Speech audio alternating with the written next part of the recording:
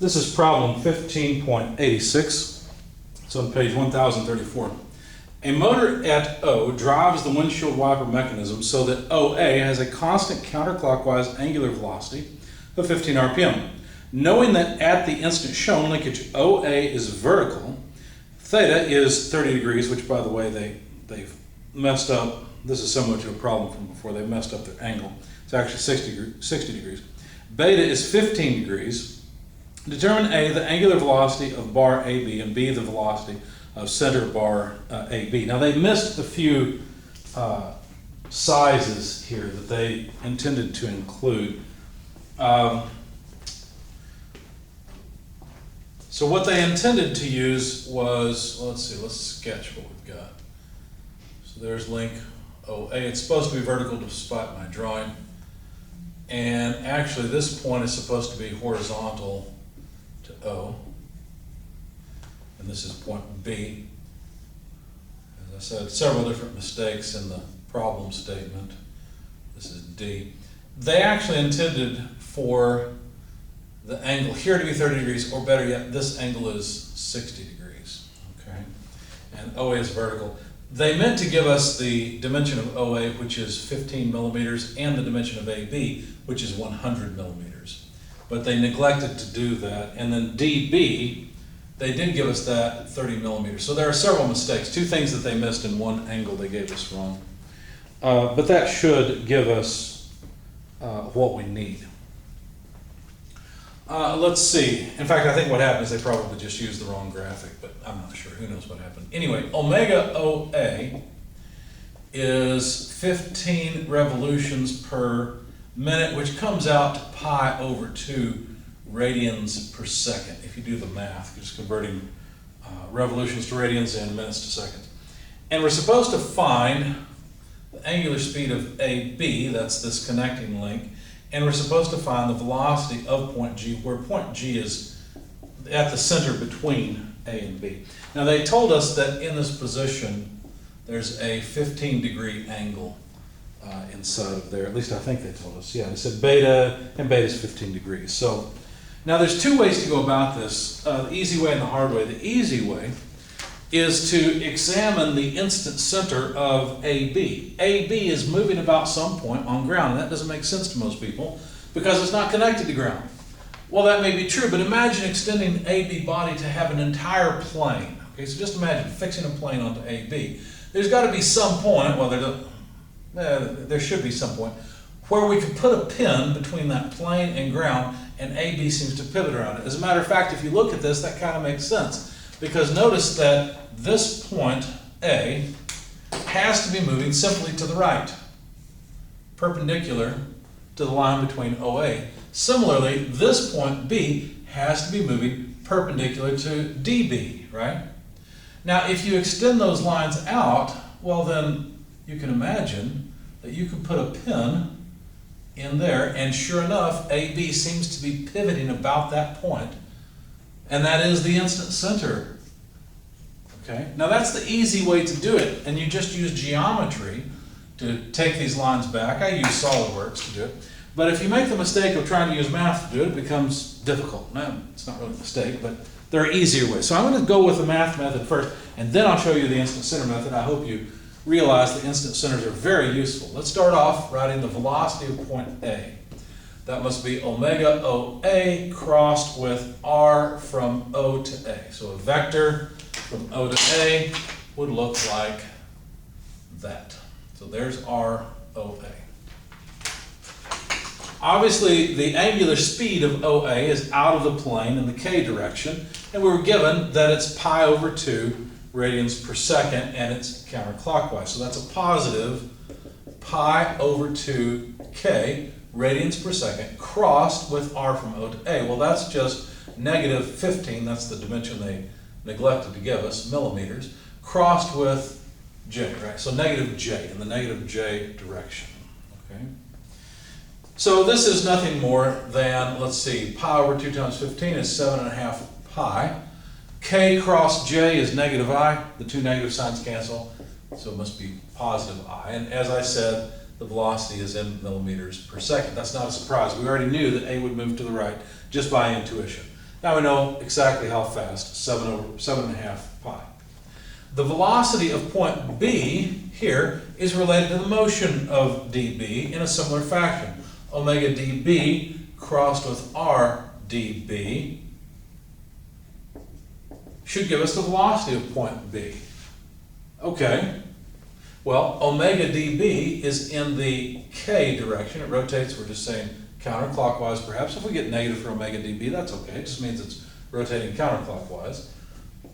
And the vector from D to B is not too bad. It's 30 millimeters times what? Well, let's see. If we set up our typical x, y coordinate system, well then, to get from D to B, we'd have to go down and to the right. So positive I cosine of 30 degrees. I went ahead and used the 30-degree angle down here, but it doesn't matter. They drew the 30-degree angle up here, and that's wrong. It should be 60 up there. So cosine of 30 to get the I component, and then, let's see, negative sine of 30 degrees to get the J component. Okay? And so that's equal to 30 omega dB times cosine of 30 degrees I minus, well, let's see, did I take, oh, I haven't taken the cross products. No wonder I'm confused. Let's try that again. Okay, so do I agree with this? Yes, positive I, negative J, that makes sense. So K cross I is J, so 30 omega dB J, well, cosine 30J. And then K cross J is negative I, but we have a negative sign, so plus 30 omega dB in the I direction. Let's not forget our sine. Sine of 30 degrees in the I direction. There we go. Okay, well, we don't know omega dB yet, so we don't know the velocity of point B, but we can relate the velocity of point A to the velocity of point B with a relative velocity equation, velocity of A with respect to B. Okay?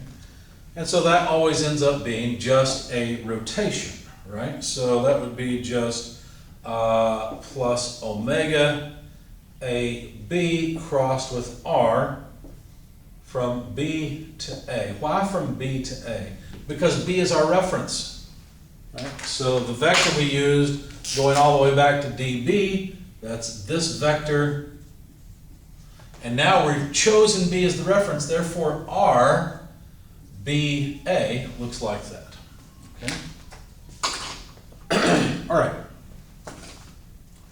So continuing, let's work on the cross product piece and write plus omega AB in the K direction crossed with 100 millimeters times, I'm going to run out of space here.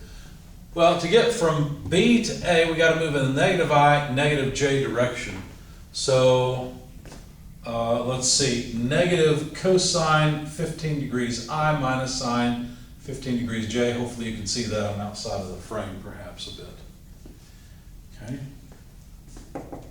And so this is VB, and we need to take the numbers out. Notice there's a negative sign in both. So I might pull out a negative sign and say minus omega AB times 100. Okay, so that's that. And I pulled out the negative sign. That way I can just figure out K cross I, K cross J, and use the signs appropriately. So K cross I is just J. So cosine 15 degrees J. K cross J is minus I, so minus sine of 15 degrees I. Now, this negative sign did not come from here. I pulled that negative sign out. In fact, I pulled both out. This negative sign came from the cross product of K with J. Okay? All right, so basically what we can do now is say, well, on the left-hand side, I have the velocity of A. That I know is 7.5 pi in the I direction for the velocity of A. The velocity of B I have an expression for right here. 30 omega dB cosine 30 degrees Well, let's see, let's put the I component first. I usually prefer that. So sine 30 degrees I plus 30 omega dB cosine 30 degrees J. So I'm taking care of both those terms. That's the velocity of B. And then the relative velocity equation, that's just this little piece here. So minus, let's put the number first, 100 omega AB from here times cosine, well, let's put I first. So minus sine 15 degrees I plus cos 15 degrees J. Okay. So in the I, or the X component direction, if you like, however you want to say it, we find that 7.5 pi has to be equal to 30 omega dB sine of 30 degrees. That's all the I components except for this one. So then plus 100 omega AB sine of 15 degrees. That takes care of that term, because negative times negative is positive. Okay, and that doesn't help me because I don't know omega dB or omega AB, either one. Let's try the J component, see if it helps us out. On the left-hand side, we don't have a J, so it's 0. And on the right-hand side, we'd have, let's see, 30 omega dB cosine 30 degrees, and we have another J component, minus 100 omega AB cosine of 15 degrees. So we have two equations, two unknowns, no big deal. We can solve for omega AB and omega dB. Let's see. Make sure I've copied all of this down right, because I did some of the math in my head at the board. Yeah, the sine of 30 degrees is a half, so if you want to, you could say this is 15 omega dB. Okay. But anyway, I won't show you the details. You can solve for omega AB and omega dB. I only wanted omega AB, so that's what I solved for. I don't think they asked for dB, did they? Let me look. Yeah, they didn't ask for the angular velocity. Oh, I'm looking at the wrong problem. Angular velocity of AB and velocity of center bar A, of the center of the bar AB. So they just wanted the velocity of point G and omega AB. So let's not bother with omega dB.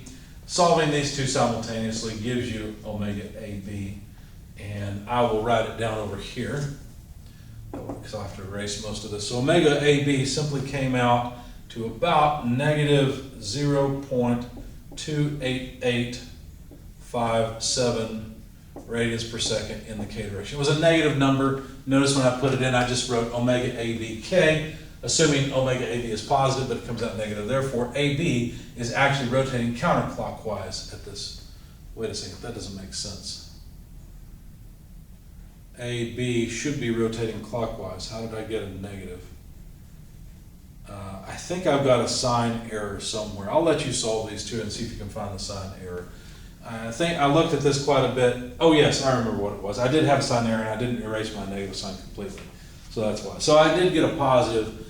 Look at it. I mean, after all, if A is moving this way and we realize the pivot point's up here, it's intuitive with the instant center to see that AB must be rotating counterclockwise, which is a positive rotation. And I think I got negative of this, or maybe a different negative number, I don't recall. And I looked at it and I said, that doesn't make any sense, because I know AB has to rotate counterclockwise, which is a positive rotation. So anyway, that's what you should get out of this solution. If not, I've still got a mistake somewhere. Now then, getting the velocity of point G should not be too bad, because we could use a relative velocity equation as well here, based on either A or B. I chose A, plus omega AB cross R from A to G, okay, because A is my reference now, and G is the point that I want to know something about. So RAG is now this vector. It's the vector from here to here. There's RAG. Okay. Now I've erased it, but VA was 7.5 pi I, and those of course are millimeters per second, I believe. Those are the units we're working in. Yeah. But we need to add to that omega AB cross RAG. Well, omega AB we just figured out. That's what all the work before was about. 0.28857 K radians per second crossed with r from A to G. Now that's a 50 millimeter throw, right? So 50 millimeter multiplied by cosine 15 degrees in the I direction plus sine 15 degrees in the J direction, because of course we have to go from A to G, therefore we're going up in both X and Y. Okay, units should be consistent, so I won't worry about that too much. 7.5 pi I. If we take K cross I, what do we get? Well, K cross I is J. So plus 0.28857 times 50 cosine of 15 degrees. K cross I, J.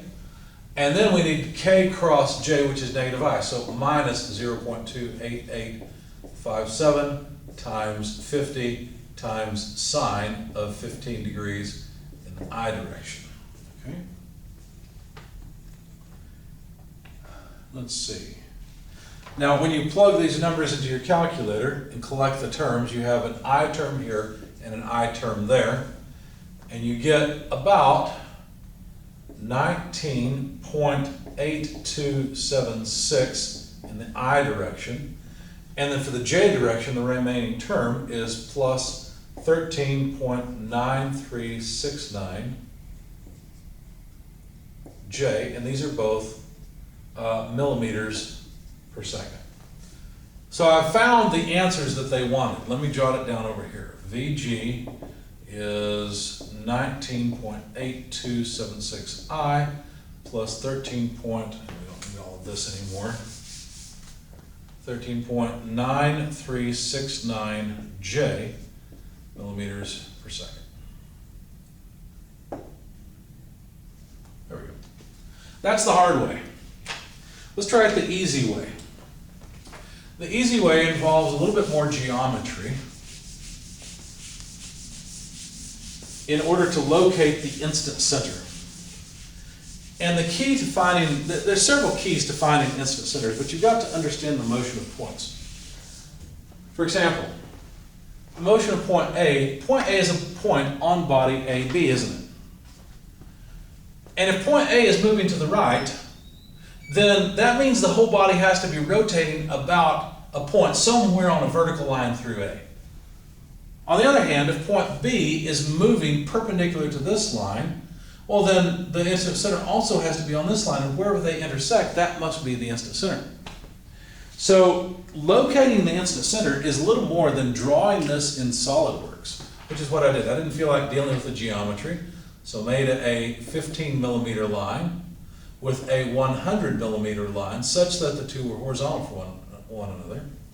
I further made a line here at 30 degrees, and then all I did in SolidWorks was extend out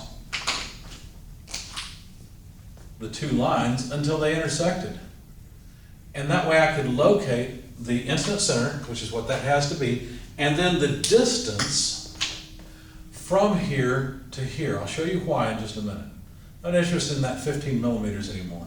That distance, according to SolidWorks, is about, and I'll try to write sideways, about 81.6497 millimeters, while the distance here, that's my reference line for the top of the video, the distance here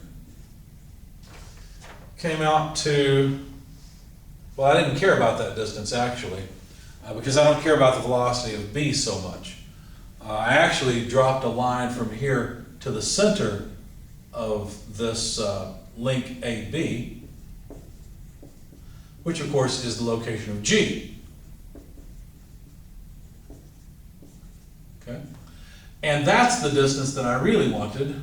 So I did go ahead and get the distance between the instant center and B and then verified that my velocity of B made sense, but that's not part of the question. So this line has a length of about 83.9846 millimeters. Again, just drawing in SolidWorks, so I let SolidWorks take care of my geometry calculation, so I don't have to. Okay? And then the velocity of point A, we know still is 7 pi millimeters per second to the right. Remember, that was based on the angular speed of OA. Okay? So couldn't we calculate the angular speed of AB easily enough? Because think about it.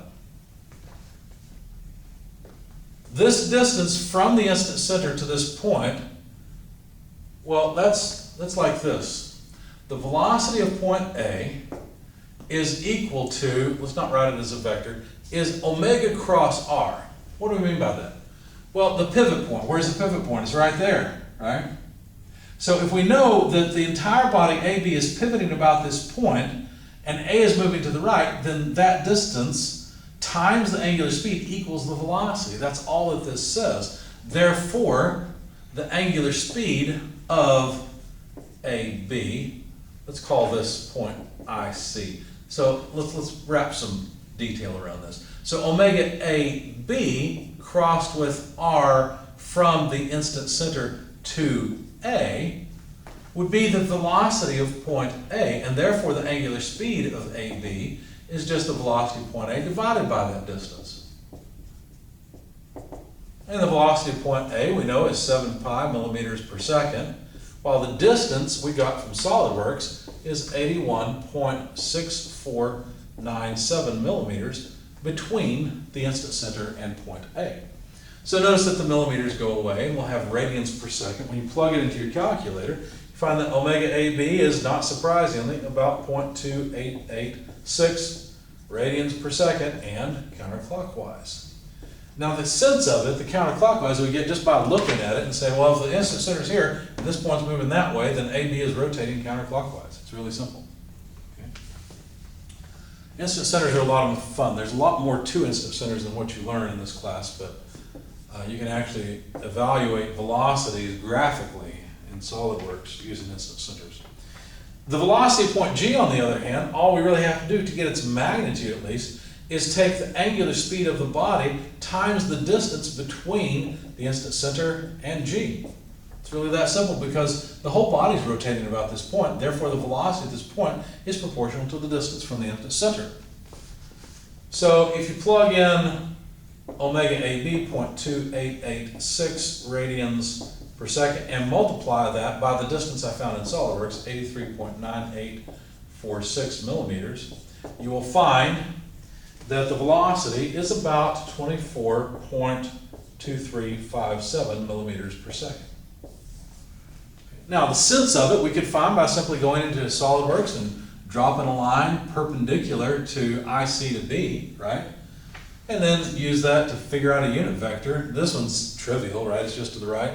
But that's at B. We don't want that. We drop a line perpendicular to the line between IC and G, and that will give us the sense of G. You'll find the exact same thing. In fact, take the magnitude of this and you'll find it's 24.2357, etc. Okay? And so the method does work. We get the same angular speed, the same velocity, and since we're computing geometry in SolidWorks, just as I said, drop a line perpendicular to IC to G, and you've got it. That'll give you the direction. So we can get just as good of information out of this. This would give us magnitude, and then SolidWorks would give us the direction. We could break up that 24.2357 into I and J components and be done with it.